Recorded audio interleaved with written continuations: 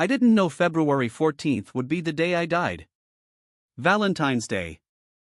I remember thinking how ironic that was later, the day of love becoming the day I met love himself. But in that moment, at 9:43 p.m., as my Honda Civic spun across black ice on Highway 27, I wasn't thinking about irony. I wasn't thinking about anything except the oak tree growing larger in my windshield, and the strange, detached thought, this is it.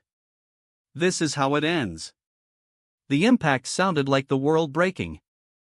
Metal shrieked. Glass exploded. My chest slammed into the steering wheel. I hadn't been wearing my seatbelt, stupid, so stupid, and I felt something inside me rupture. Not just felt it. I heard it. A wet, tearing sound that came from inside my own ribcage. Later, the doctors would tell me I'd punctured my left lung, fractured 4 ribs, and ruptured my spleen. But in that instant, all I knew was pain. White-hot, all-consuming pain that turned my vision red, then gray, then nothing. No, not nothing. Something stranger than nothing. I was floating. I want you to understand something. I wasn't a believer. I was 28 years old, a software engineer, a rational person who believed in data and code and things you could measure. I hadn't been to church since I was 12, when my mom stopped dragging me. Prayer was something other people did. Heaven was a fairy tale we told ourselves to feel better about the void. And Jesus? Jesus was a historical figure, maybe, or a myth. I hadn't decided and didn't care. But now I was floating 12 feet above my crumpled car, watching my own body slumped over the steering wheel, and none of my rational explanations were working. I could see everything. Not just in front of me, 360 degrees, all at once, like having eyes in every direction simultaneously. I saw the steam rising from my shattered radiator. I saw the blood, my blood, spreading across the deployed airbag. I saw my phone on the passenger seat, still playing Spotify, the screen cracked but glowing. 21 pilots. Car radio. The irony again. I saw my body. My face was pressed against the steering wheel at an angle that made my neck look broken. My eyes were half open, staring at nothing. Not blinking. And I knew with absolute certainty that I was looking at a corpse. My corpse. Help! Somebody help! A woman's voice. I turned or didn't turn, because I didn't have a body to turn with. I just focused in a different direction and saw a silver Subaru stopped on the shoulder. A woman in her 50s, gray hair, purple coat, phone pressed to her ear. She was crying. There's been an accident on Highway 27, mile marker 34. Please, he's not moving. There's so much blood. I'm right here, I tried to say. But I had no mouth. No voice. I was just awareness. Consciousness without container. That's when I noticed the silence. Not complete silence. I could hear the woman on the phone, hear the hiss of my radiator, hear the wind in the bare February trees. But inside me, inside whatever me was now, there was a silence I'd never experienced before. My mind, usually racing with thoughts and anxieties and mental to-do lists, was still. Empty. Like someone had pressed pause on the constant static of being human. And in that stillness, I felt it. A pull. Not physical. Not like gravity or magnetism. Something else. Something that gripped the very center of whatever I was and began drawing me upward. Gently at first, then more insistently. Like a current in an ocean I couldn't see. I looked down one last time at my body. Blood was seeping from my mouth now. My chest wasn't moving. The woman in the purple coat had climbed down the embankment and was checking my pulse, her fingers on my neck, her face going white. No pulse, she screamed into her phone. He has no pulse. Where's the ambulance? February 14th, 9:44 p.m. That's when my heart stopped. That's when I died. But I was still aware. Still here. Still watching. And the pull was growing stronger, more urgent, like something on the other side of reality was reeling me in. I rose higher. The accident scene became smaller below me, my car, the woman, the highway stretching in both directions like a dark ribbon. I could see headlights approaching from the south. 2 vehicles. Fast. I knew, somehow, that one of them was the ambulance. But they wouldn't be in time. I was already gone. The air around me began to shimmer. No, not shimmer. It was changing. Reality itself was peeling back like wallpaper, revealing something underneath. Something vast.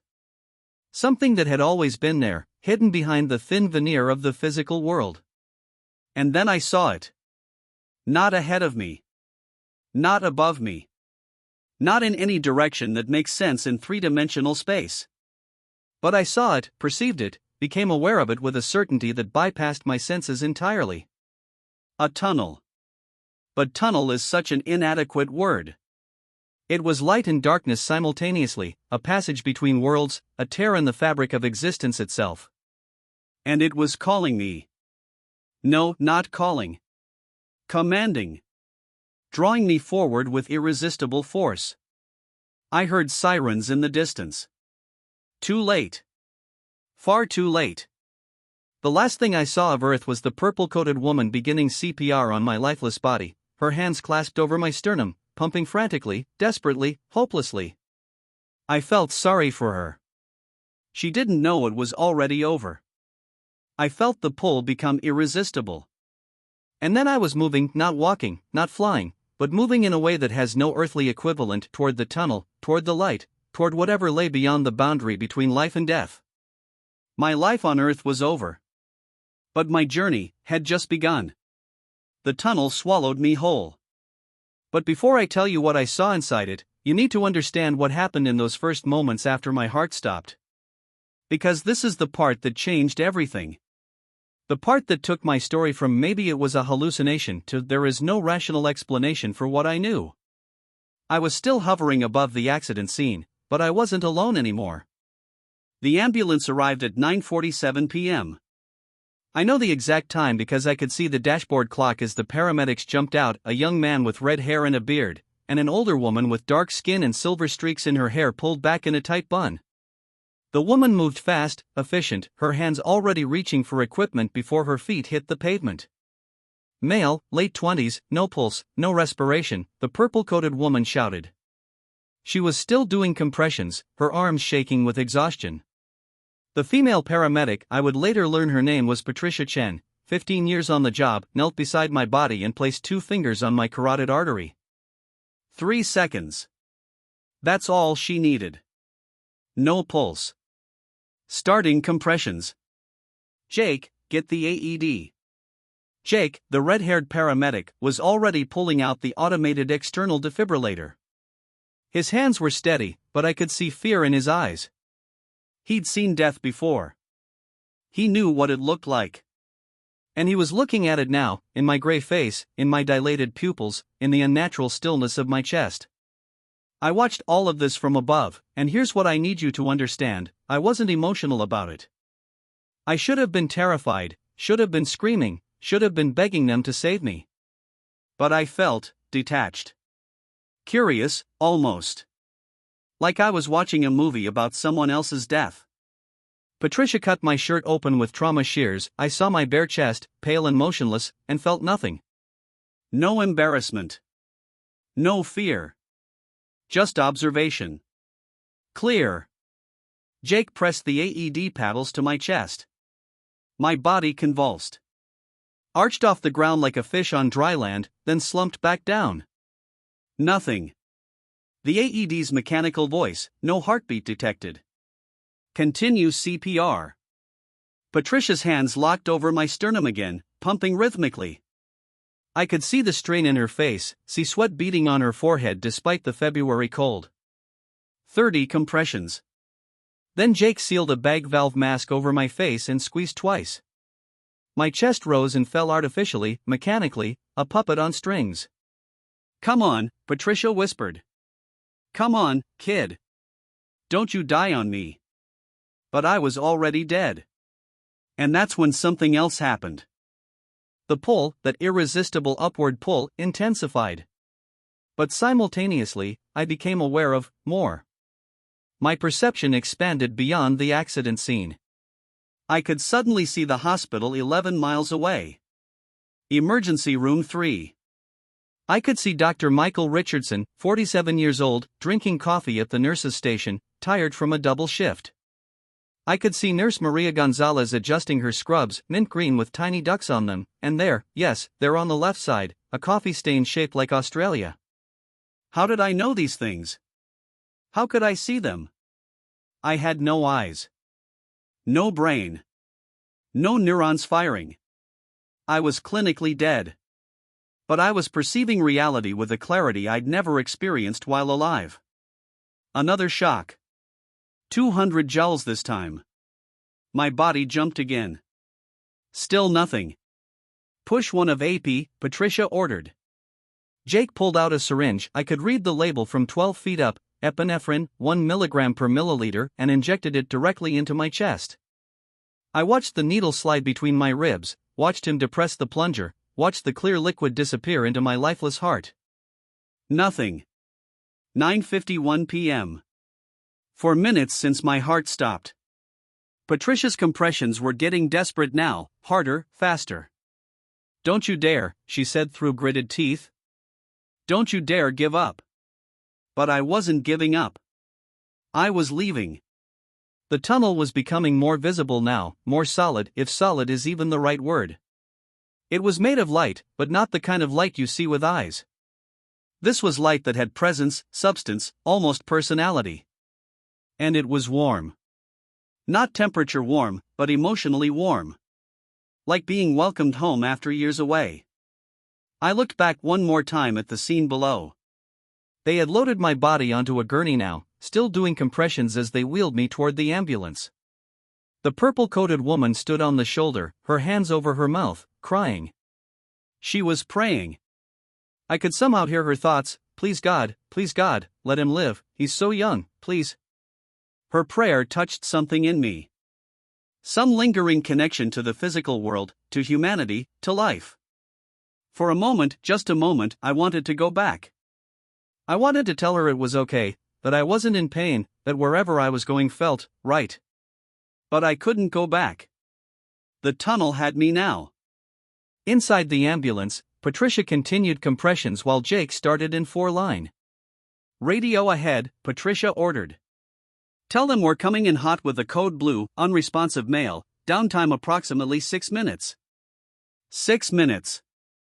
I would later learn that 6 minutes without oxygen typically causes irreversible brain damage. At 4 minutes, brain cells start dying.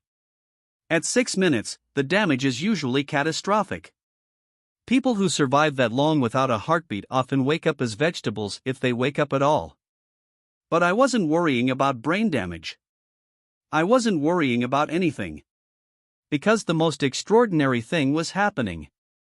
As I moved toward the tunnel, my entire life began playing before me. Not like memories. Not like thinking back on the past. This was different. I was experiencing every moment of my 28 years simultaneously.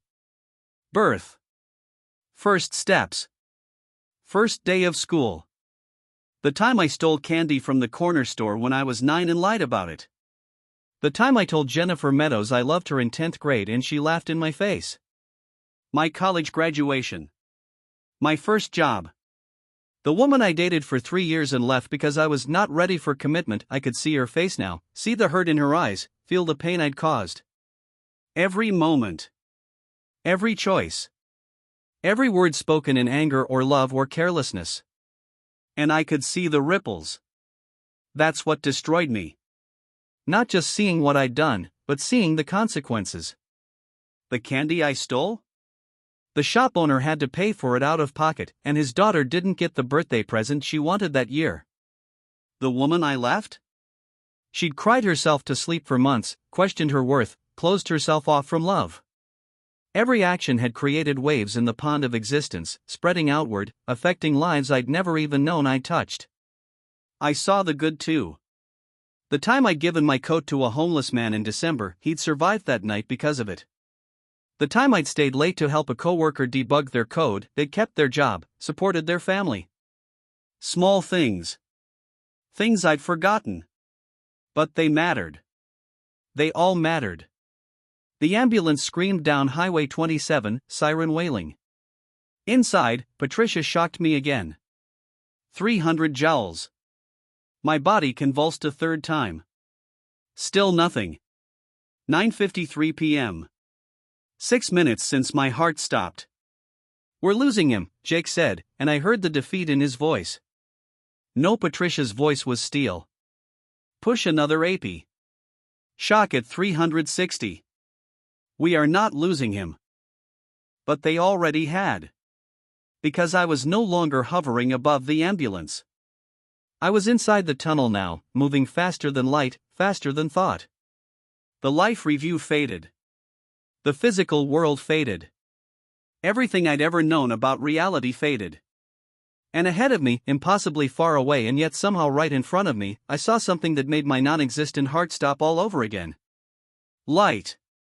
But not just light. A presence. Something waiting. Someone waiting. And I knew, with the same certainty I knew I was dead, that I was about to come face to face with eternity. With truth. With judgment. With God. The tunnel rushed past me in a blur of colors that don't exist on earth, shades between shades, hues without names. I could hear music now, faint but growing louder. Not music made by instruments, but music that seemed woven into the fabric of existence itself. Harmonies that made my soul vibrate with frequencies it had never known. And then the tunnel opened. And what I saw shattered everything I thought I knew about reality. The tunnel wasn't just a passage. It was a chrysalis. With every second I moved through it, I was being unmade and remade simultaneously.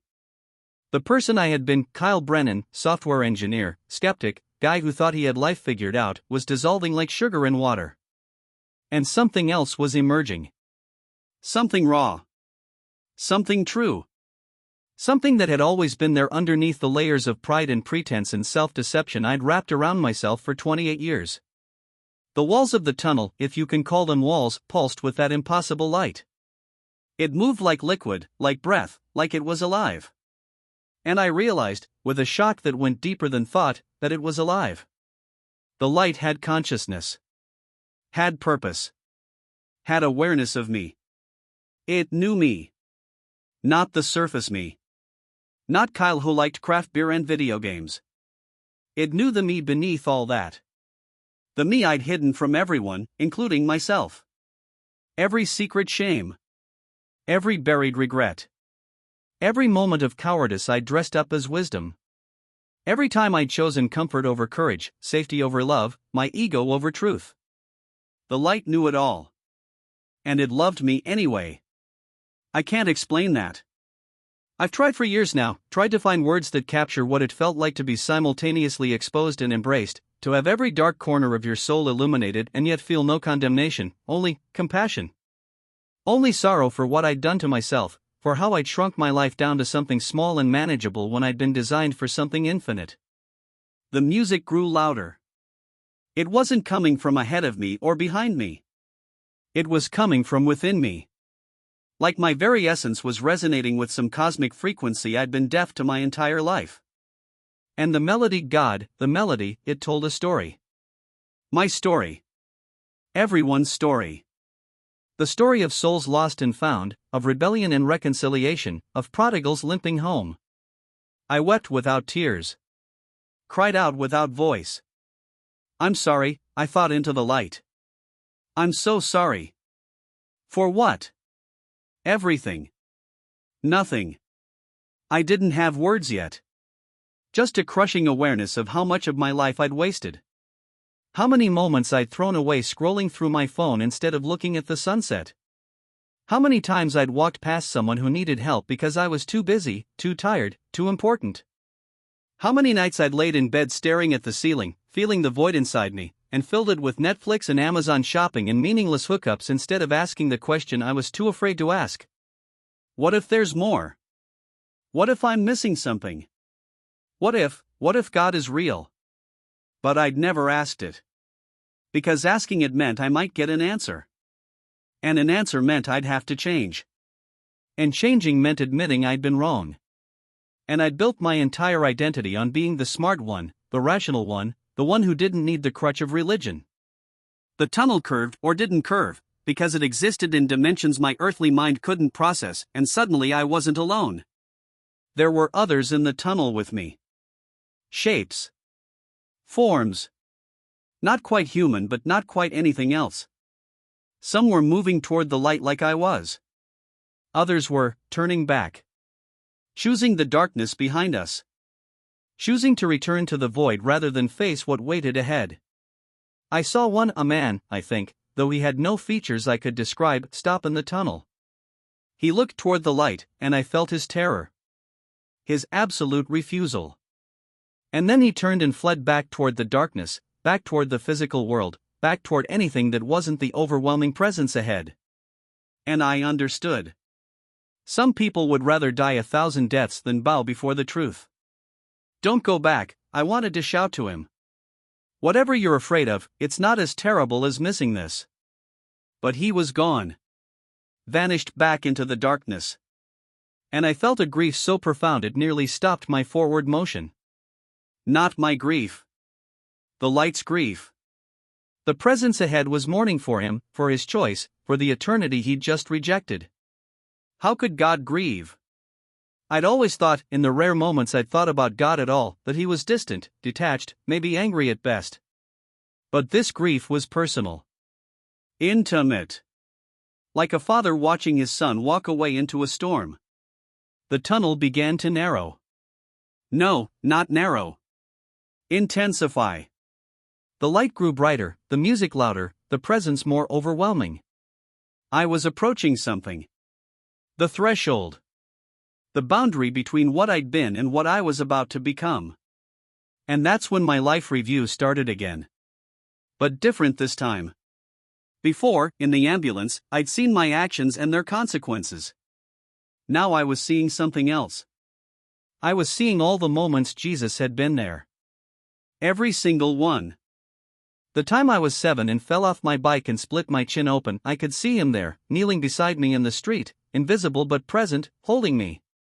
The time I was 16 and stood on the edge of the quarry thinking about jumping, not for fun but really jumping, ending it all because the darkness in my head was too loud, I could see him there, his hand on my shoulder, whispering, "Not yet. Please. Not yet." The time I was 23 and drove home drunk and swerved into oncoming traffic and missed the semi by inches, he'd been in the car with me, guiding the wheel. Every moment.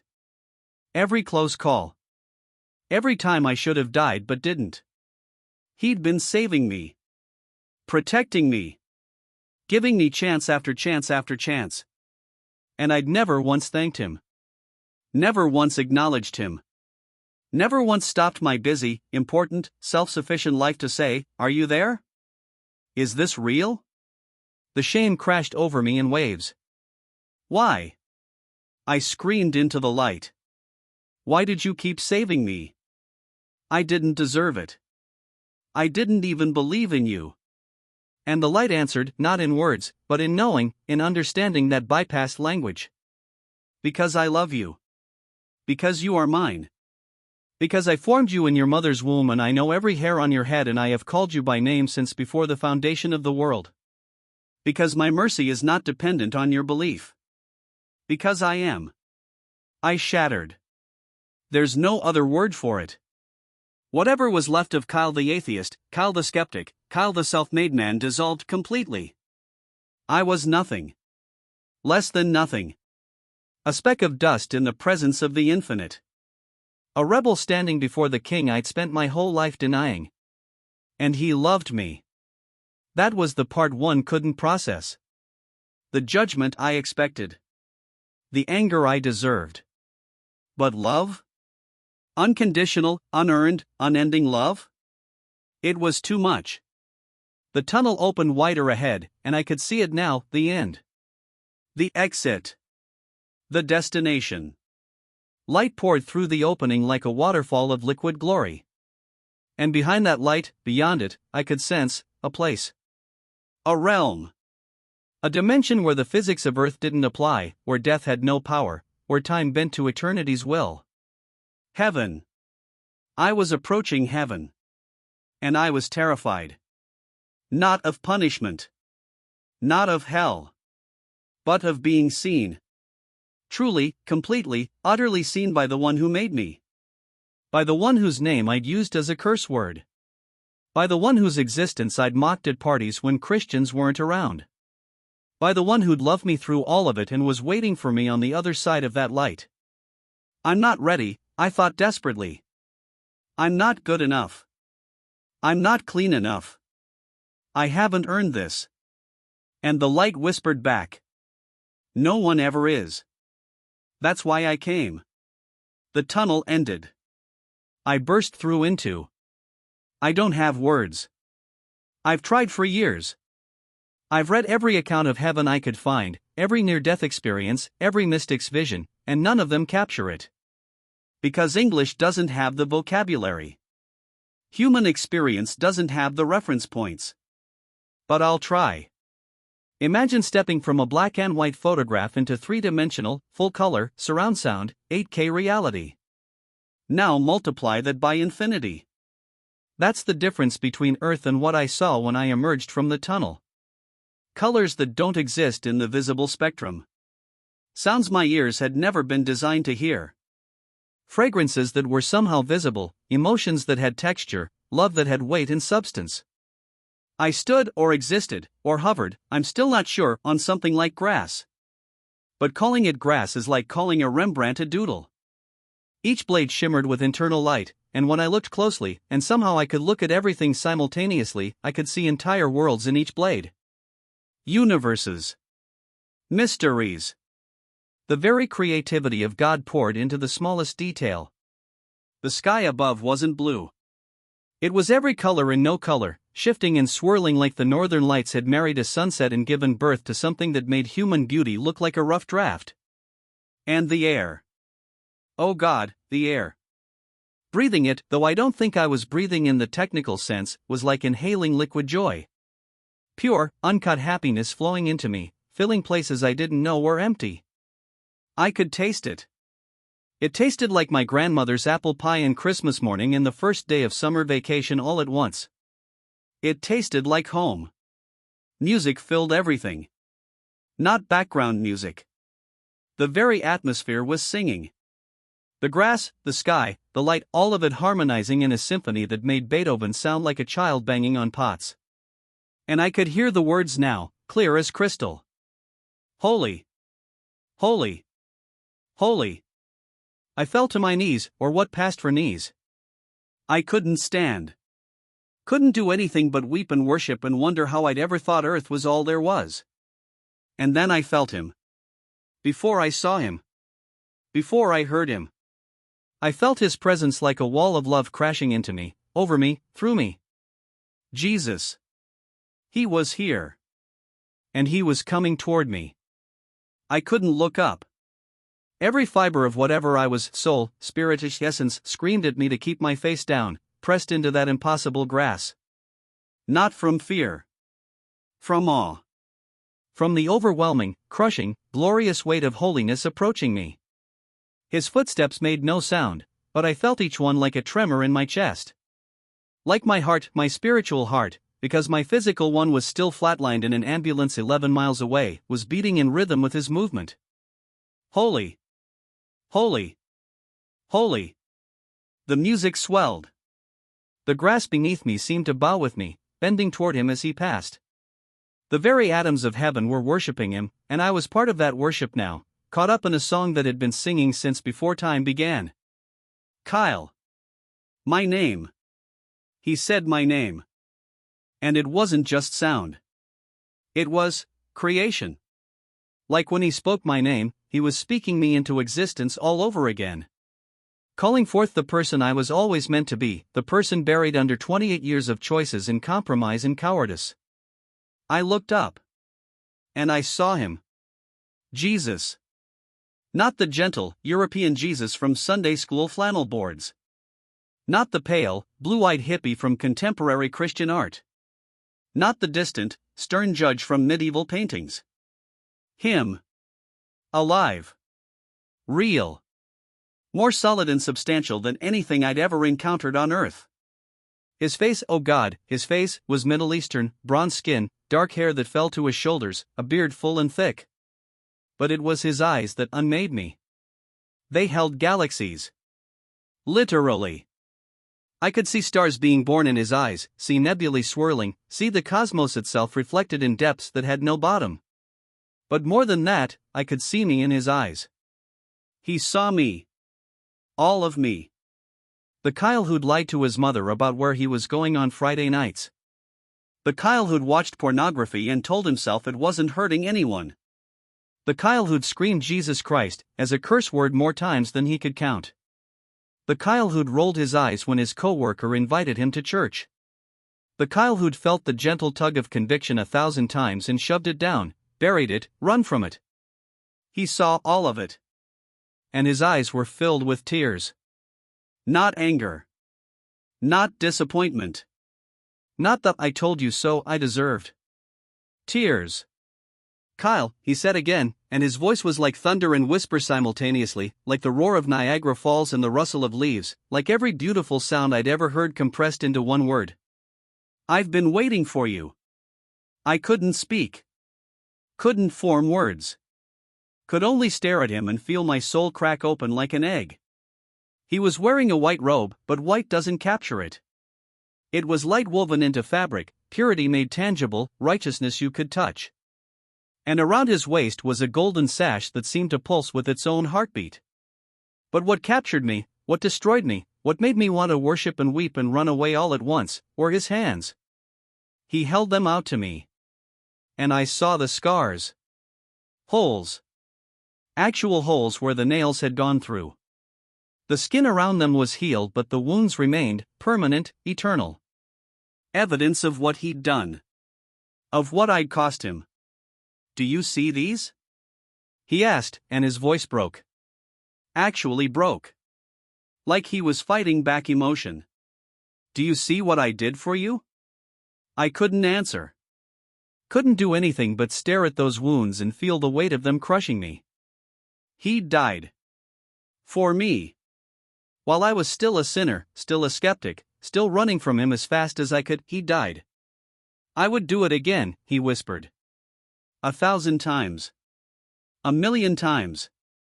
Kyle, if you were the only person who ever lived, I would still have gone to that cross. For you. Because you're worth it. Because I love you. Because you're mine. I broke. Collapsed. Sobbed without tears because I don't think I had physical tears anymore. Made sounds I'd never made before, animal sounds, soul sounds, the keening wail of someone realizing they'd spent their entire life running from the only person who truly loved them. I'm sorry, I choked out. I'm so sorry. I denied you. I mocked you. I lived like you didn't exist. I wasted everything you gave me. I'm sorry. I'm so sorry. And then he did something I never expected. He knelt. The king of the universe. The one who spoke galaxies into existence. The one before whom angels veil their faces. The one whose name every knee will eventually bow to. He knelt in the grass beside me. And he pulled me into his arms.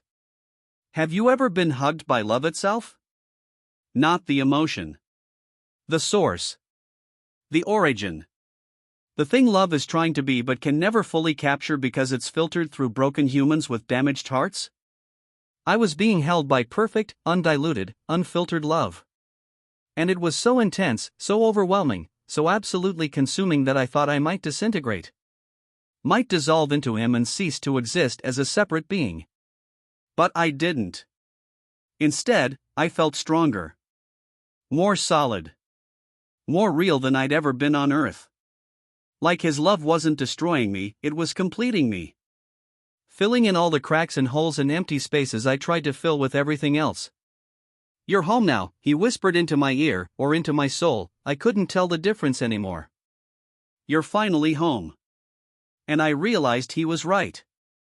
This was home. Not Earth. Not my apartment with my gaming setup and my craft beer collection and my carefully curated Spotify playlists. This. Here. In his arms. This was what I'd been searching for my entire life without knowing it. This was the thing that every pleasure on earth was just a shadow of, a hint of, a promise of. I'd been homesick my whole life without realizing it. He pulled back and looked at me, his hands on my shoulders. "Walk with me," he said. "I want to show you something." He stood and held out his hand, that scarred, beautiful, terrible hand, and I took it. The moment our hands touched, I felt power surge through me. Not my power. His.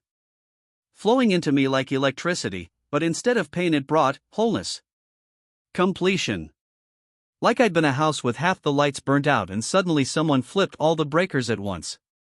We walked through heaven together. And I need you to understand, heaven isn't clouds and harps. That's a cartoon. A placeholder image for something so far beyond human imagination that we've had to dumb it down just to talk about it. Heaven is a place. An actual, physical or hyperphysical location. It has geography. Landscape. Architecture. But all of it is infused with God's presence in a way that makes it more real than earth, not less. We walked on a path made of something like gold, but gold that was transparent, like glass, so I could see through it into depths below. And in those depths I saw other realms, other dimensions, layers of reality stacked on top of each other like an infinite Matryoshka doll. To our left was a garden. But calling it a garden is like calling the Grand Canyon a ditch. Trees that touched the sky, except there wasn't really a sky, just infinite expanse, with fruit that glowed from within. Flowers that sang as we passed. A river that flowed with water so clear, so pure, that looking at it made me realize I'd never actually seen water before. Not real water. Just Earth's imitation. The river of life, Jesus said, following my gaze. It flows from my Father's throne. Anyone who drinks from it never thirsts again. I saw people in the garden. Dozens of them. Hundreds. All ages, all races, all time periods. A woman in ancient Egyptian clothing laughing with a man in a 1950s suit. A child from what looked like medieval times playing with someone in modern jeans.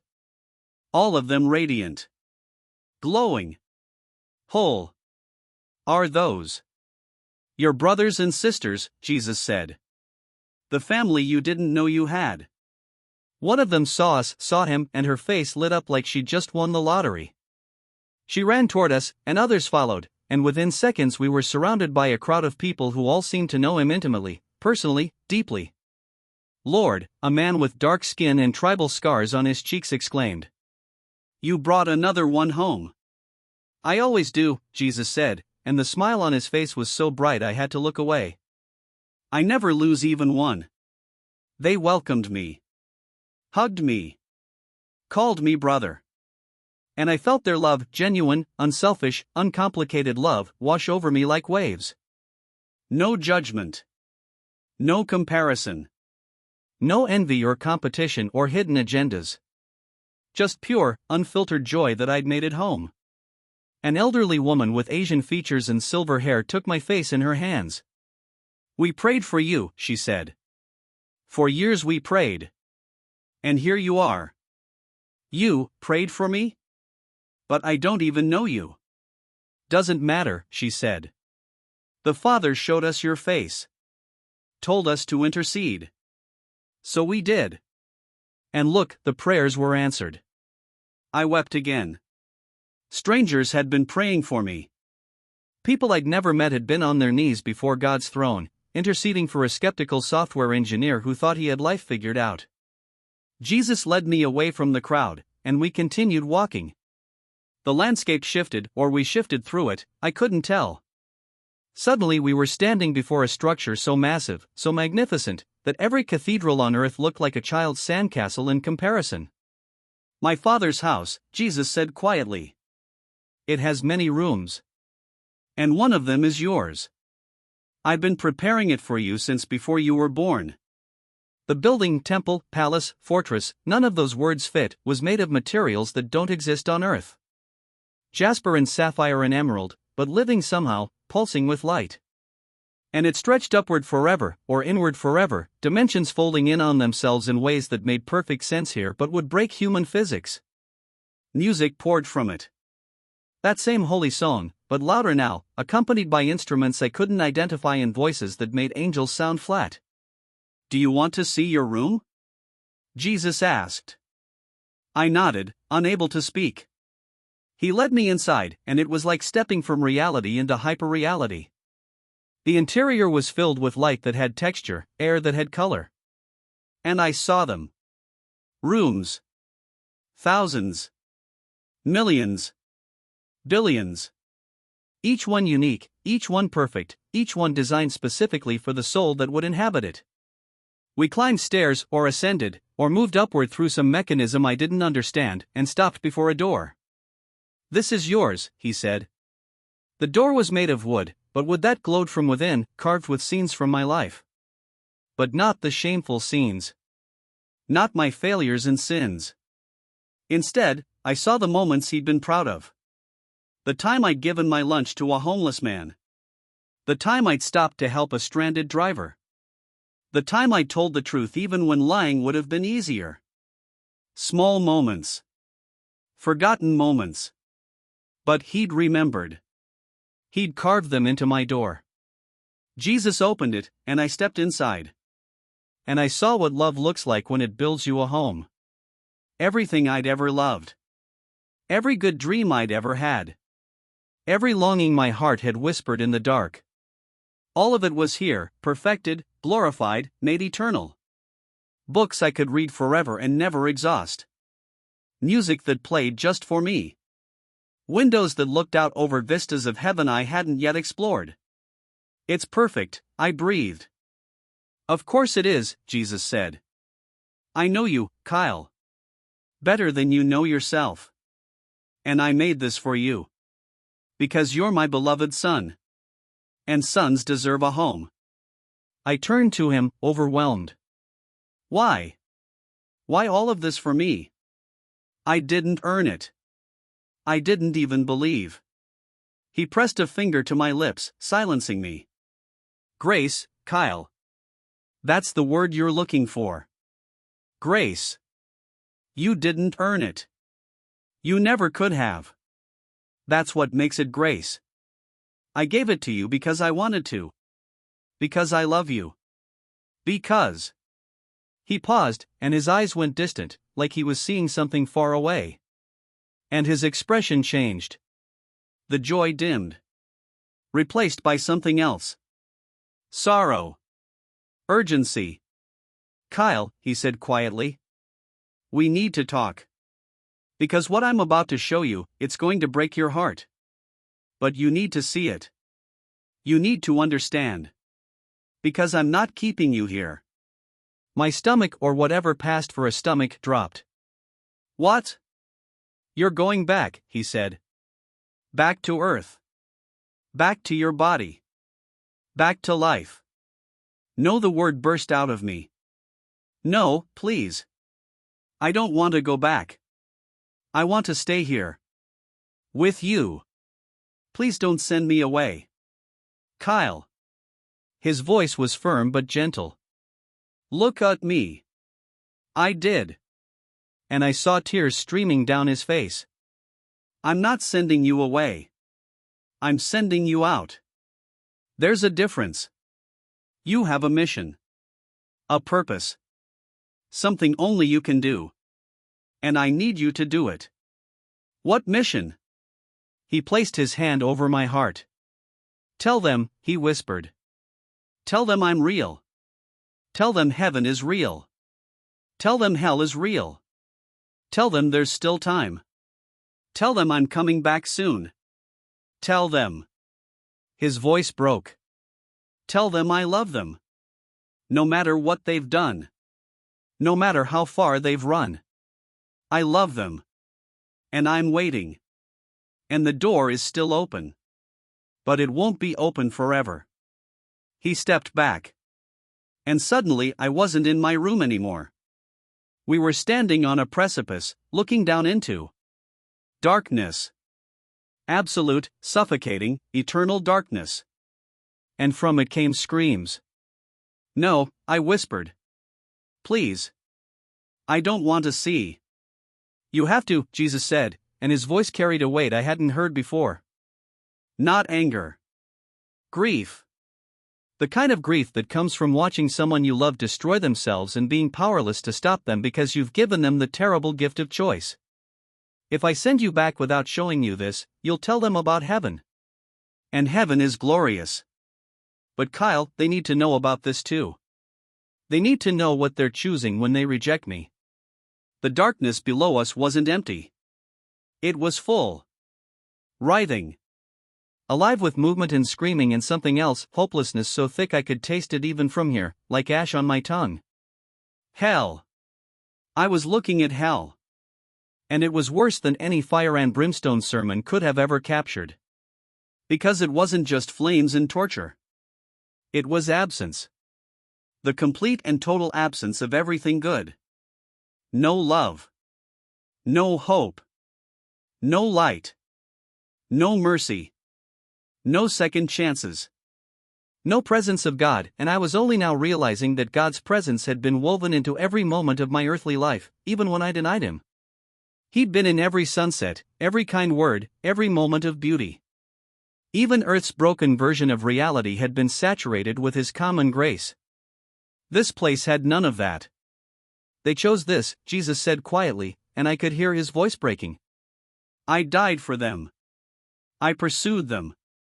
I knocked on the door of their hearts 10,000 times. But they kept saying no. Kept pushing me away. Kept insisting they didn't need me. And eventually, I had to honor their choice. But you're God. I shouted. You could save them. You could force them. No, his voice was firm. I could. But I won't. Because love without choice isn't love, Kyle. It's slavery. I made them free. Free to choose me or reject me. Free to accept my sacrifice or spit on it. And freedom means the possibility of this. He gestured to the darkness below, and I saw movement. Shapes. People. Look closer, he said. But brace yourself. The darkness became transparent, like he'd pulled back a veil, and I could see into it now. See the souls trapped there. And what I saw destroyed me. They were isolated. Each one completely alone, even though there were millions of them. Trapped in their own private torment, unable to reach each other, unable to connect, experiencing the full weight of eternity without relationship, without love, without hope. I saw a man, middle-aged, wearing what looked like a business suit, standing in darkness, screaming. But not screaming from physical pain. Screaming from the crushing weight of regret. I could somehow feel his thoughts, hear his internal agony. I knew. I knew he was real. I felt him calling me. But I was too busy. Too important. Too successful. I told myself I'd deal with it later. After I closed the next deal. After I made partner. After retirement. I told myself I had time. I was wrong. And now time is over. And this is forever. Forever. Forever. The word echoed through the darkness, and I heard a million other voices pick it up, all screaming the same thing. Forever. No end. No escape. No second chance. Forever. I turned away, unable to watch. Stop. Please stop. I can't. You have to, Jesus said, and there was iron in his voice now. Because this is what they're walking toward, Kyle. Every person on earth who's rejecting me right now, this is their destination. And most of them don't believe it's real. They think it's a myth. A scare tactic. They think death is just nothing. Sleep. Oblivion. But it's not. He turned me back to face the darkness. It's this. Forever separated from me. From love. From joy. From everything that makes existence bearable. Trapped in the prison of their own pride, their own choices, their own refusal to bend the knee. I saw others. A woman who'd been beautiful on earth, her identity wrapped up in her appearance, now experiencing the emptiness of a life lived for self, for vanity, for temporary pleasures that had evaporated the moment she died. A man who'd built his entire existence on his intellect, on being smarter than everyone else, on mocking those who believed, now crushed under the weight of knowing he'd been catastrophically wrong and it was too late to fix it. A teenager. God, a teenager. 17, maybe 18. And I could hear his thoughts too. I thought I had time. I thought I'd figure it out later. My friends said Christianity was for weak people. I was strong. Independent. I didn't need God. I didn't need anyone. I was wrong. I was so wrong. Someone help me. Please. Anyone. Mom, I'm sorry. Dad, I'm sorry. Jesus. But his prayers went unanswered. Not because Jesus wasn't listening, but because the time for prayers had ended. The door had closed. Judgment had been rendered. Can't you? I started. No, Jesus' voice was quiet but final. The judgment is set. The choice was made. I spent their entire lives pursuing them, Kyle.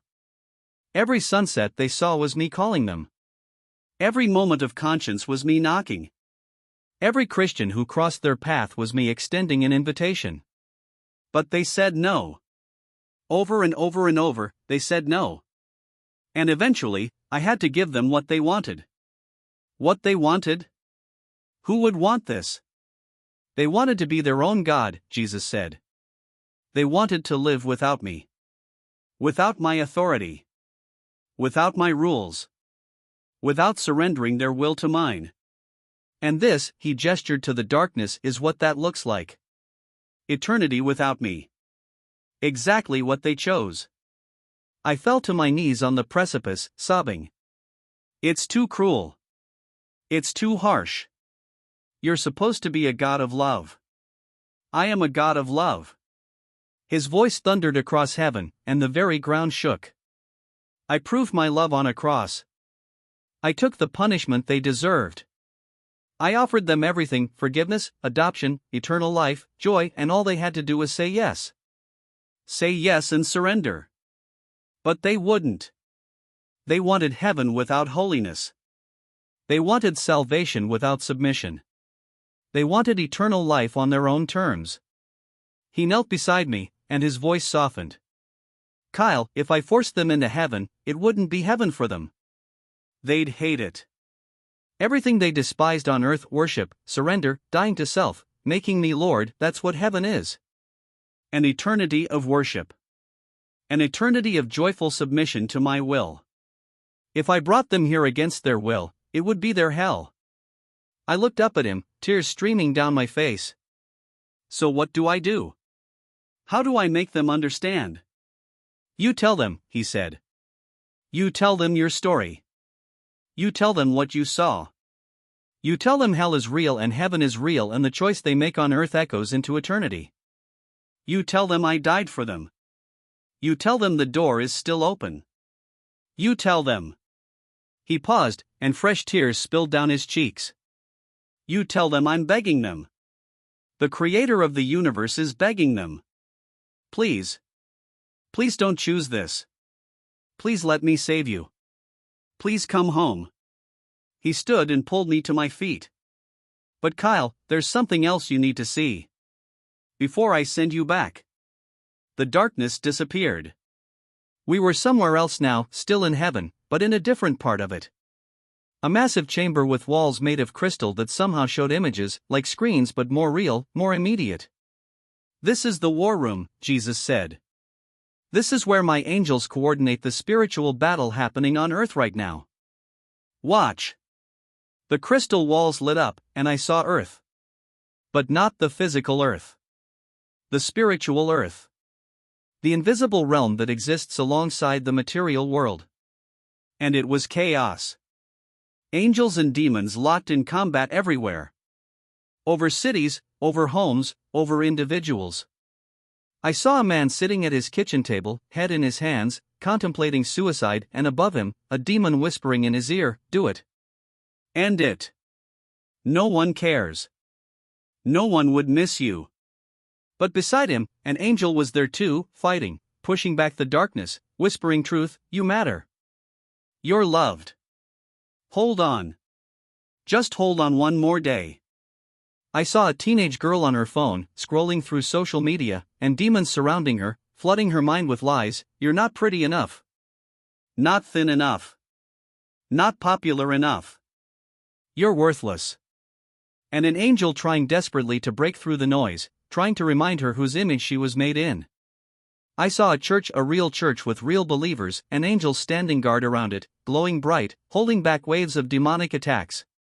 And I saw other churches, dead churches, churches in name only, and the demons walked freely through them, unchallenged, because there was no real faith there to oppose them. "This is happening right now," Jesus said. "Every second of every day. It's real, Kyle. Angels are real. Demons are real. The battle is real. And every human soul is a prize being fought over." He pointed to one screen, and I saw a man older, gray-haired, sitting in a hospital bed. His family surrounded him, crying. He was dying. "Watch," Jesus whispered. An angel stood at the foot of the bed, glowing with golden light. A demon stood on the other side, dark and twisted. Both were waiting. The man's eyes opened. His lips moved, but no sound came out. And then I heard it, not audible, but spiritual. "Jesus, forgive me. I believe." The angel erupted in light, throwing the demon backwards so hard it shattered into darkness and fled. The angel leaned over the man and whispered, "Welcome home, beloved. Your room is ready." The man took his last breath. And I saw his spirit rise from his body, looking young now, whole now, and the angel took his hand and they ascended together, passing through the ceiling, through the atmosphere, through the veil between worlds, straight into heaven. "He made it," I breathed. "By seconds," Jesus said. "He spent 78 years running from me. But in his final moment, he surrendered." And that's all it takes, Kyle. One moment of genuine faith. One moment of true surrender. But he showed me another screen. Another hospital room. Another dying man. Family crying. Same scenario. But this man's face was hard. Bitter. And as he took his final breath, I heard his thoughts. "I don't need God. I don't need anyone. I did it my way. He died." And his spirit rose from his body. But the angel standing guard couldn't approach. Because the man was already turning, already descending, already being pulled toward the darkness by chains I could see now, chains he'd forged himself, link by link, choice by choice, every time he'd rejected Jesus. "No!" I screamed. "Stop him. Save him." "I can't," Jesus said, and his voice was thick with tears. He made his choice. For 73 years, I called him. For 73 years, he said no. And now, judgment. I watched the man descend into darkness, watched him realize too late what he'd done, watched him scream and claw and beg, but the door had closed. The time for begging was over. I collapsed against Jesus, sobbing uncontrollably.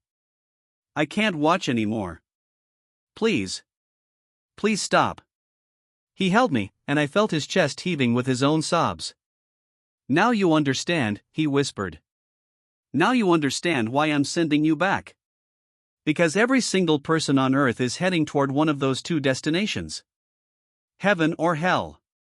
Life or death. Me or eternal separation. And most of them don't even realize they're choosing." He pulled back and looked at me, his hands on my shoulders. "Kyle, I'm giving you a gift. A terrible, beautiful gift. You're going back with the knowledge of eternity. You've seen heaven. You've seen hell. You've seen the battle. And now you have to tell them. You have to warn them. You have to beg them the way I'm begging them. But what if they don't listen? Most won't, he said, and fresh tears spilled down his face. Most will mock you. Call you crazy.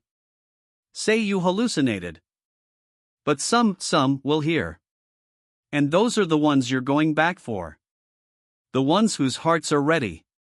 The ones standing on the edge. Your testimony might be the thing that tips them toward me instead of away from me. He placed his hand over my heart again. I'm putting my words in you. My fire. My urgency. When you speak about this, people will feel my presence. Some will be convicted. Some will be saved. And every single one who says yes because of your testimony, you'll meet them again here. They'll thank you. They'll worship with you. Forever. How much time do they have? I asked. How long before you come back? His eyes went distant, looking at something far away, or maybe looking into time itself. Not long, he said quietly. I'm coming soon, Kyle. Sooner than most people think. The signs are everywhere. The world is ripening for judgment. And when I return, the door closes forever. No more chances. No more mercy. Just harvest wheat gathered into my barn, tares thrown into the fire. He cupped my face in his scarred hands. Tell them I love them. Tell them I'm waiting. Tell them the invitation is still open. But tell them to hurry. Because the hour is late. The sun is setting. And soon, very soon, it will be too late. He pulled me close one more time, and I felt his heart breaking against mine. I don't want to lose even one, he whispered. But they keep choosing the darkness. They keep running from the light. And it breaks me. Every single one that chooses hell breaks me. Because I died for them. All of them. And they're throwing my sacrifice back in my face. He stepped back. And I knew. I knew what was coming. It's time, he said. Time for you to go back. I don't want to, I said, panic rising. Please let me stay. Please. 6 minutes and 42 seconds, he said. That's how long your heart has been stopped. They're about to call it. About to declare you dead. But I'm going to restart your heart, Kyle. I'm going to breathe life back into your lungs. And you're going to wake up with a story that will change lives. He placed both hands on my chest. This is going to hurt, he warned. Going back always hurts. Because you're leaving perfection and returning to brokenness. But I'll be with you. Every moment. Every day. Until you come home for good. When? I asked desperately. When will I come back? He smiled, sad and beautiful. When your work is finished. When everyone who's supposed to hear your story has heard it. When your mission is complete. And Kyle, it won't be long. I promise. Compared to eternity, it won't be long at all. Light began building in his hands, brilliant and terrible. Tell them, he said one last time. Tell them I am. Tell them I'm real. Tell them I'm coming. Tell them. His voice broke. Tell them I love them. More than they'll ever know. And I'm waiting. I'm always waiting. With open arms. Ready to forgive. Ready to welcome them home. The light exploded. And I was falling. Falling away from heaven, away from Jesus, away from home. Falling back toward earth.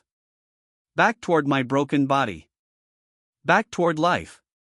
And as I fell, I heard his voice echoing after me. I'll see you again, my son. Well done. Well done. Now go. And tell them. The pain hit me like a freight train. After the perfection of heaven, where pain didn't exist, where every sensation was glory, returning to a body that had been dead for nearly 7 minutes was agony beyond description. My chest exploded with fire. Every rib screamed. My lungs burned as if I'd inhaled molten metal instead of air. And my heart, oh God, my heart, it felt like someone had reached into my chest and squeezed it with a vice, forcing it to beat when it had already given up. I gasped. One breath. Violent. Desperate. Like a drowning man breaking the surface after being underwater too long. And sound crashed over me. We got him. We got a pulse. Patricia's voice. The paramedic. But it sounded muffled, distant, like I was hearing it through water. Everything was too loud and too quiet simultaneously. The siren wailing. The oxygen mask hissing. The monitor beeping beep, beep, beep, each sound stabbing into my skull like an ice pick. I tried to open my eyes. Couldn't. My eyelids weighed 1,000 pounds each. Kyle. Kyle, can you hear me? Stay with us. Jake's voice now. Closer. His hand on my shoulder, shaking me. I wanted to tell him I could hear him. Wanted to tell him I'd just been somewhere else. Somewhere impossible. Somewhere real. But my mouth wouldn't work. My tongue was lead. My jaw was locked. All I could do was breathe. In. Out. In. Out. Each breath was work. Each breath was pain. Each breath reminded me that I was back in a body that had failed, that had died, that probably shouldn't be alive right now. Vitals stabilizing, Patricia said, and I could hear the shock in her voice. Heart rate 68 and climbing. O2 sats at 92. BP 90/60. How is this possible? He was flatlined for 6 minutes and 47 seconds. Miracle, Jake muttered. Gotta be. I've never seen anyone come back after that long without brain damage, Patricia finished. Kyle, if you can hear me, squeeze my hand. I felt her hand slip into mine. Warm. Real. Solid. So different from Jesus' hand, which had been those things but also transcendent, glowing, infinite. I squeezed. Barely. Just a twitch. But I did it. He squeezed. Jake shouted. He's responsive. Dispatch, we're 3 minutes out from County General, patient is responsive with stable vitals, repeat, patient has returned to spontaneous circulation after 7 minutes of CPR. The ambulance lurched around a corner, and pain shot through my chest again. I groaned, at least I think I groaned. The sound came out as more of a wheeze. Hang on, Kyle, Patricia said, her hand tightening around mine. Just hang on. You're going to make it. I don't know how, but you're going to make it. I wanted to tell her I knew how. Wanted to tell her that Jesus had sent me back. That he'd placed his hands on my chest and breathed life into my dead lungs. That I'd been in heaven, actual heaven, and I'd seen things, heard things, learned things that would change everything. But I couldn't speak. Could barely think. The gap between heaven and earth was too vast, and my brain was struggling to process being back in time, back in matter, back in limitation. The ambulance screeched to a halt. Doors flew open. Cold February air rushed in, shocking after the perfect temperature of heaven. Voices shouted orders. Hands grabbed the gurney. We were moving, fast, wheels rattling over pavement. Incoming. Male, late 20s, MVA with extended downtime, 7 minutes asystole, ROSC achieved in the field. More voices. Different ones. The emergency room. Bright lights stabbed through my still closed eyelids. The smell of antiseptic and blood in fear. They wheeled me through double doors, I heard them whoosh open, and transferred me to a bed. The sheets were rough after heaven's grass. The pillow was hard after Jesus' embrace. On my count. 1, 2, 3. They lifted me. Pain exploded everywhere. I tried to cry out but couldn't. Get me a portable X-ray and a CT scan, stat. I want CBC, CMP, cardiac enzymes, and a tox screen. And someone call neurology, I want them down here now. Dr. Richardson. The doctor I'd seen from above, drinking coffee at the nurse's station. His voice was clipped, efficient, but I could hear the undercurrent of disbelief. Hands everywhere. Cutting off the rest of my clothes. Sticking EKG leads on my chest. Starting new IVs. Shining lights in my eyes, I could see them now, red through my eyelids. Pupils equal and reactive, someone said. That's impossible. After 7 minutes without oxygen. Nothing about this is making sense, Dr. Richardson muttered. He should be brain dead. Hell, he should still be dead. Patricia, you're sure about the timeline? Positive. Patricia's voice was firm. I watched the clock. 6 minutes 47 seconds from the time his heart stopped to the time it restarted. No pulse. No respirations. No electrical activity. He was gone, Mike. And now he's back. Silence. Heavy silence. Then Dr. Richardson's voice, quieter. Someone upstairs must like this kid. Someone does, I thought. Someone loves me more than you'll ever understand. The X-ray machine whirred. The CT scanner hummed. They worked on me for what felt like hours but was probably only minutes.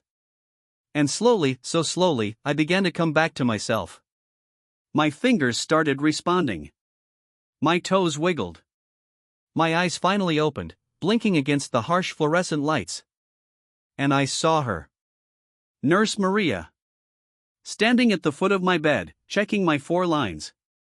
Mint green scrubs with tiny yellow ducks. And there, on the left side, just below her ribs. A coffee stain. Shaped exactly like Australia. Maria, I croaked. My voice sounded like gravel, like I'd been screaming for hours.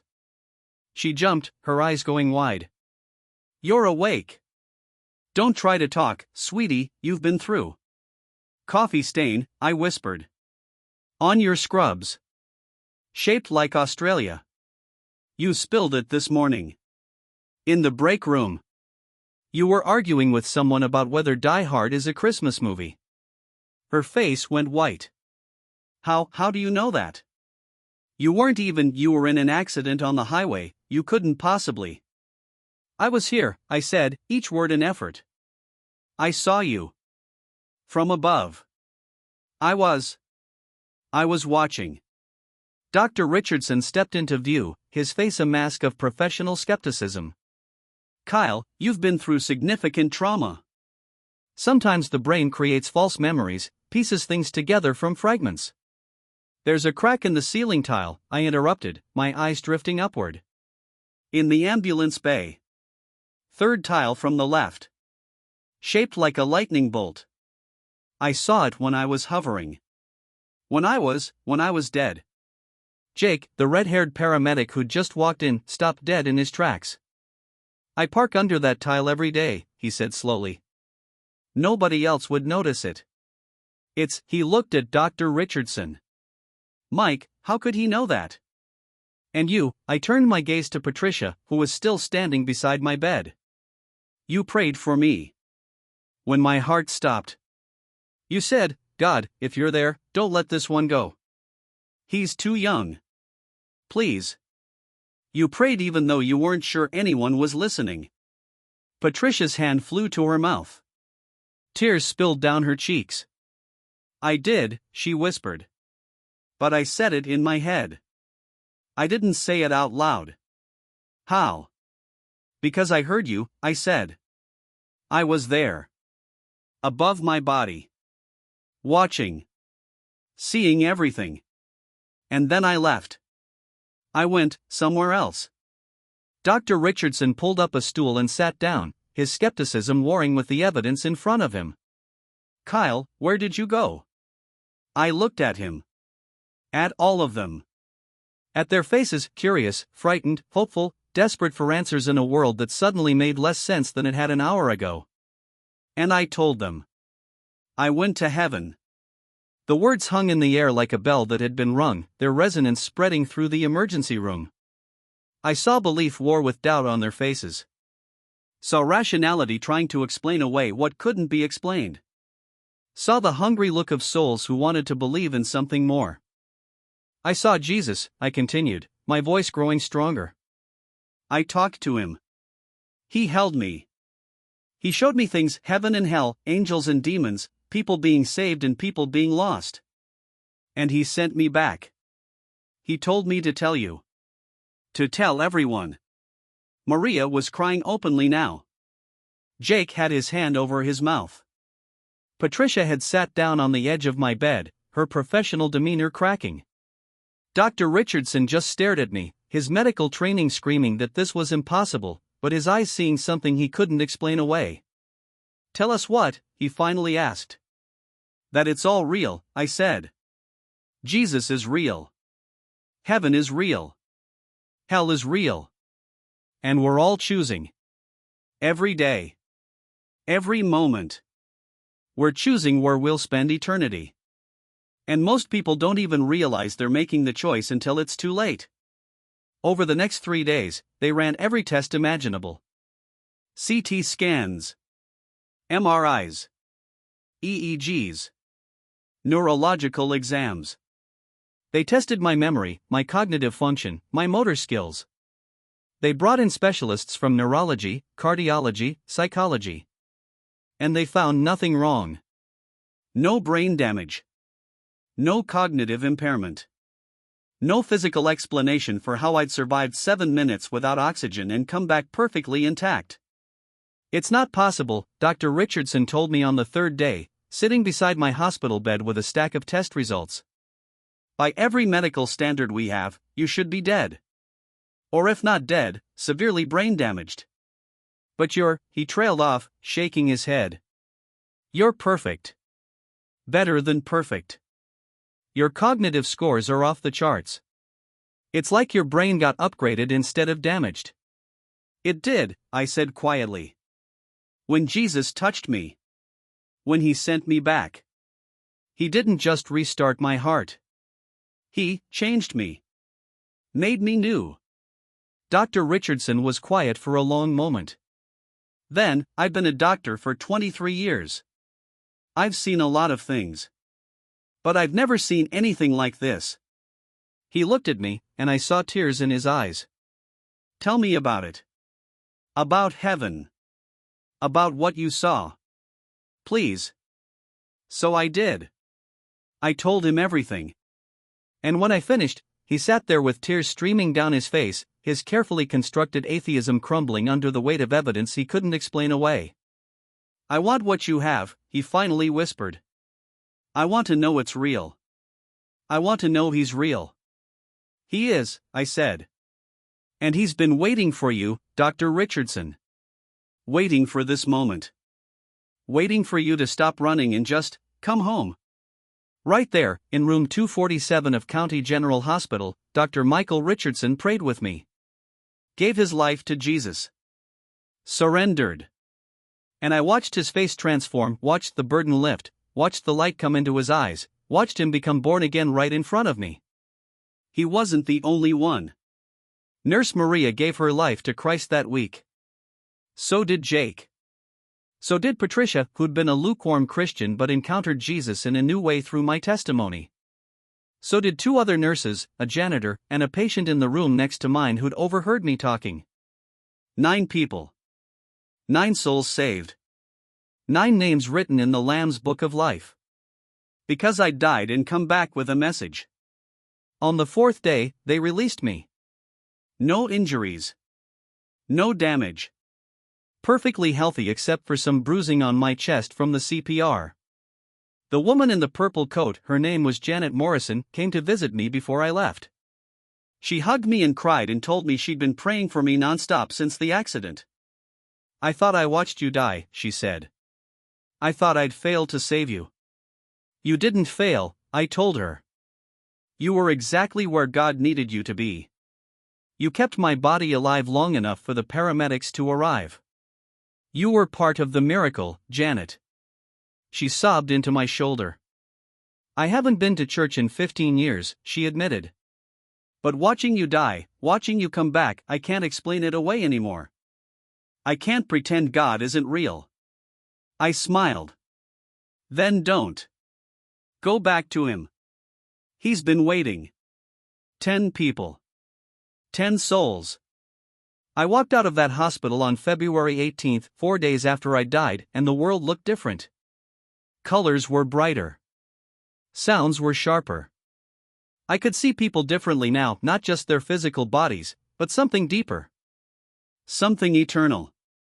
I could sense the spiritual battle around them, see the angels and demons I now knew were real, feel the tug of war happening over every soul. And I knew my mission. Tell them. Tell everyone. Warn them. Beg them.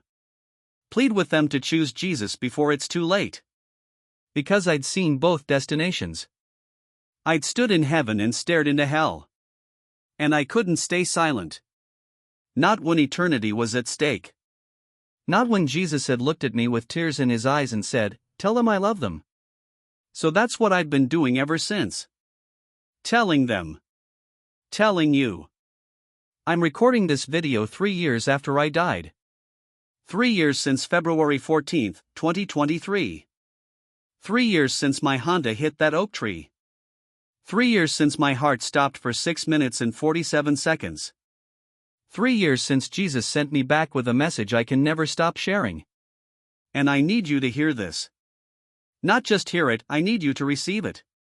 Because what I'm about to tell you could be the difference between spending eternity in heaven or eternity in hell. And I'm not being dramatic. I'm being truthful. Brutally, urgently, desperately truthful. My life is completely different now. I don't live for the things I used to live for. The career advancement, the weekend parties, the Netflix binges, the meaningless relationships, the accumulation of stuff I didn't need to impress people I didn't like, all of it feels empty now. Like ashes in my mouth. Because I've tasted heaven. I've experienced real joy, real peace, real love. And everything earth offers is just a shadow, a pale imitation, a counterfeit. I wake up every morning with the memory of Jesus' face burned into my mind. Those eyes holding galaxies. Those scars on his hands. That voice speaking my name like it was the only name that mattered. And I hear him saying again, "Tell them. Tell them I love them. Tell them I'm coming. Tell them there's still time." So that's what I do. I've shared my testimony in churches, in coffee shops, on street corners, in prisons, in college campuses, anywhere people will listen. I've talked to atheists and Muslims and Buddhists and Hindus and Christians who've fallen asleep. I've pleaded with gang members and CEOs and homeless people and celebrities. Because in heaven, I saw the truth, we're all the same. We're all souls. We're all choosing. We're all heading somewhere.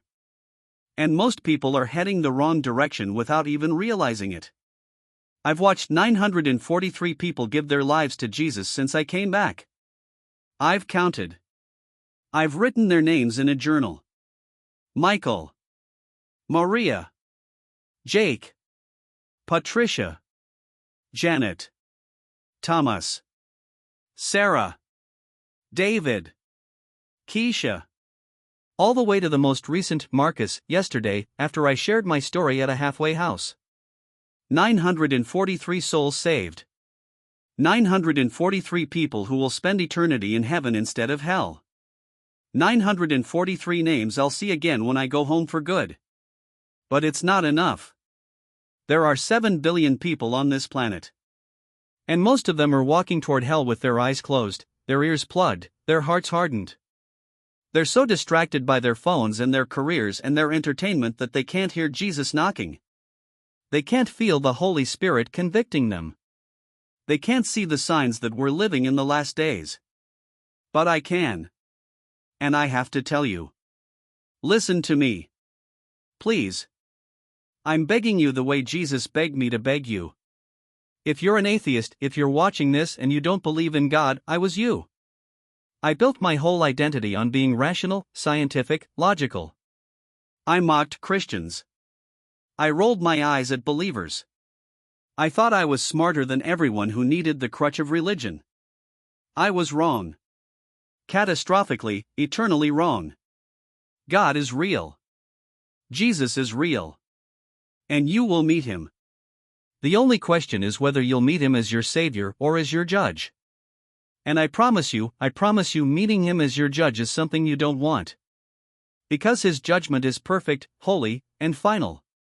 And if you've rejected him your whole life, if you've spit on his sacrifice, if you've lived as if he didn't exist, there's only one place for you. And it's not the oblivion you're hoping for. It's eternal, conscious torment. Forever separated from love, from hope, from light. Don't wait until you're on your deathbed to figure it out. Don't wait until your heart stops and you realize too late that you were wrong.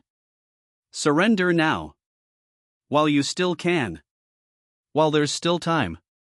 If you're a Muslim, a Hindu, a Buddhist, if you've been raised in another religion, hear me. I'm not attacking your faith. I'm not trying to be disrespectful. But I have to tell you what I saw. I met Jesus. Not Allah. Not Krishna. Not Buddha. Jesus. The one who claimed to be the only way to the Father. The one who said, I am the way, the truth, and the life. No one comes to the Father except through me. He said it because it's true. I'm not speaking from philosophy or theory.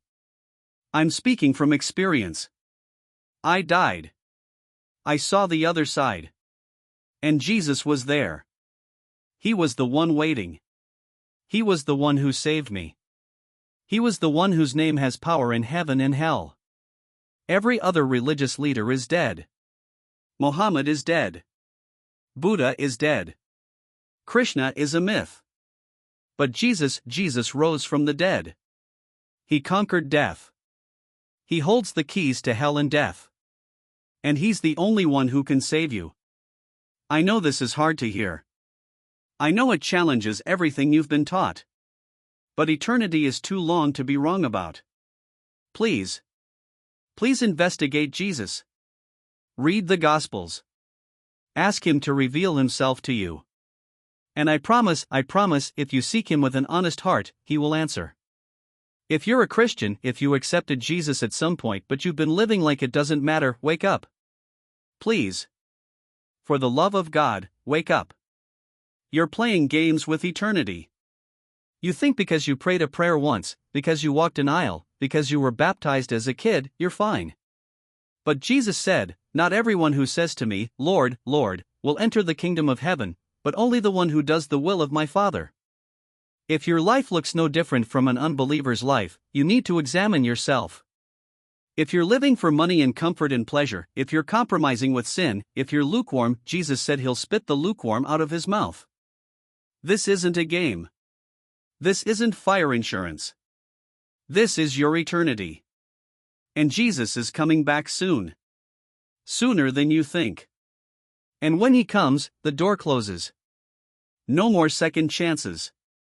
No more mercy. Just judgment. Live like it's real. Because it is. If you're young, if you're a teenager or in your 20s and you think you have time, listen to me. You don't know that. I was 28. I thought I had decades ahead of me. I thought I'd figure out the God thing eventually. Maybe when I was older. Maybe when I had kids. Maybe on my deathbed. But I didn't make it to my deathbed. I hit a patch of ice in a tree, and suddenly time was up. Suddenly I was standing before Jesus, and all my excuses meant nothing. Don't assume you have tomorrow. You might not. This could be your last day. This video could be your final warning. And if you die tonight without Jesus, you will spend eternity in hell. Not because God is mean. But because you chose it. Every day you reject him, you're choosing hell. Please. Don't gamble with your eternity. I want to speak directly to you now. The person watching this. Yes, you. The one whose finger is hovering over the screen, debating whether to skip ahead or turn this off. The one who's feeling something right now, conviction, fear, curiosity, anger, something stirring in your chest that you can't explain. That's the Holy Spirit. That's God calling you. Right now. This moment. Don't ignore it. Don't push it down. Don't say, I'll deal with this later. Later might never come. Jesus is standing at the door of your heart, knocking. He's been knocking your whole life. Every sunset you've seen, that was him. Every moment of conscience, that was him. Every time someone shared the gospel with you, that was him. Every near miss, every close call, every time you should have died but didn't, that was him, giving you one more chance. How many more chances do you think you'll get? When I was in heaven, Jesus showed me the end times. He showed me that he's coming back soon. I can't tell you the exact date, he didn't give me that. But he showed me the signs. And they're everywhere. Wars and rumors of wars. Earthquakes increasing. Moral decay accelerating. The love of many growing cold. Technology advancing at exponential rates. Israel back in their land. The whole world connected digitally, setting the stage for a one-world system. Persecution of Christians intensifying globally. All of it. All the signs Jesus and the prophets warned about. They're happening now. Right now. And when he returns, and he will return, it's over. The door closes. The harvest happens. The sheep are separated from the goats. The saved go to eternal life. The unsaved go to eternal punishment. Which side will you be on? I'm going to give you a chance right now. Right here. Wherever you are, in your bedroom, your car, your office, walking down the street with headphones in, I'm going to lead you in a prayer. And if you mean it, if you truly, genuinely surrender your life to Jesus, you will be saved. Your name will be written in the Lamb's Book of Life. Angels will rejoice in heaven. And when you die, you'll go to the place I went. You'll meet Jesus. You'll be home. But you have to mean it. You can't fake this. You can't manipulate God. He knows your heart. He knows if you're truly surrendering or if you're just saying words to cover your bases. So if you're going to pray this prayer, pray it with everything in you. Mean every word. Are you ready? If you are, repeat after me. Out loud if you can. In your heart if you can't. Jesus, I believe you are the Son of God. I believe you died on the cross for my sins. I believe you rose from the dead on the third day. I've been living my life for myself, and I'm sorry. I repent. I turn away from my sin and turn toward you. Forgive me. Wash me clean. Come into my life. Be my Lord. Be my Savior. I surrender everything to you, my past, my present, my future. I'm yours now. Completely yours. Fill me with your Holy Spirit. Change me. Make me new. I choose you, Jesus. I choose heaven. I choose life. Thank you for dying for me. Thank you for loving me. Thank you for saving me. In your name I pray. Amen. If you prayed that prayer and meant it, welcome to the family. Welcome home. You just made the most important decision of your entire existence. Angels are celebrating right now. Jesus is rejoicing over you. And your name has been written in heaven. Your life is about to change. Not necessarily your circumstances, you might still have the same job, the same struggles, the same problems. But you are different now. You're a new creation. The old is gone. The new has come. And you have the Holy Spirit living inside you, guiding you, transforming you, empowering you. Find a Bible and start reading it. Start with the Gospel of John. Find a church, a real church that preaches the gospel and takes Jesus seriously. Get baptized. Tell people what just happened to you. And start living for Jesus instead of yourself. It won't always be easy. Jesus never promised easy. He promised persecution, trials, suffering.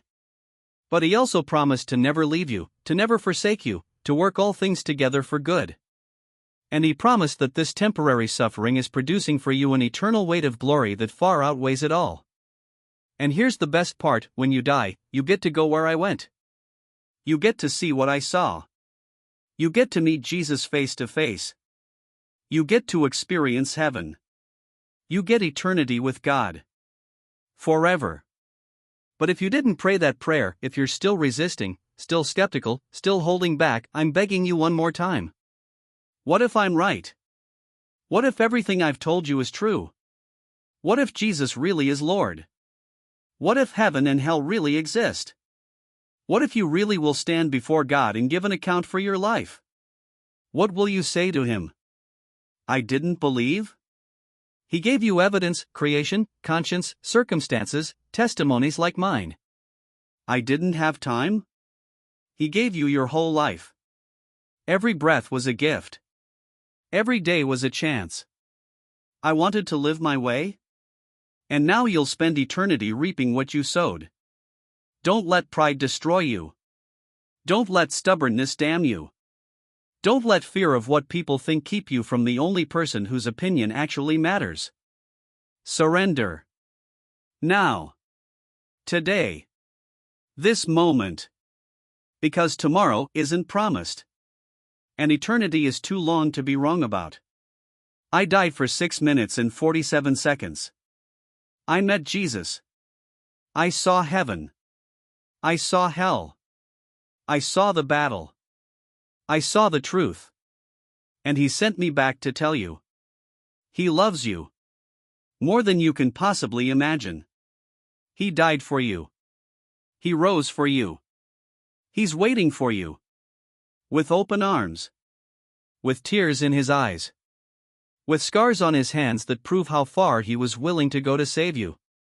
Don't reject Him. Please. Please don't reject Him. Come home. Before it's too late. Because He's coming soon. And when He comes, the door closes. And eternity begins. Choose Jesus. Choose life. Choose heaven. Choose today.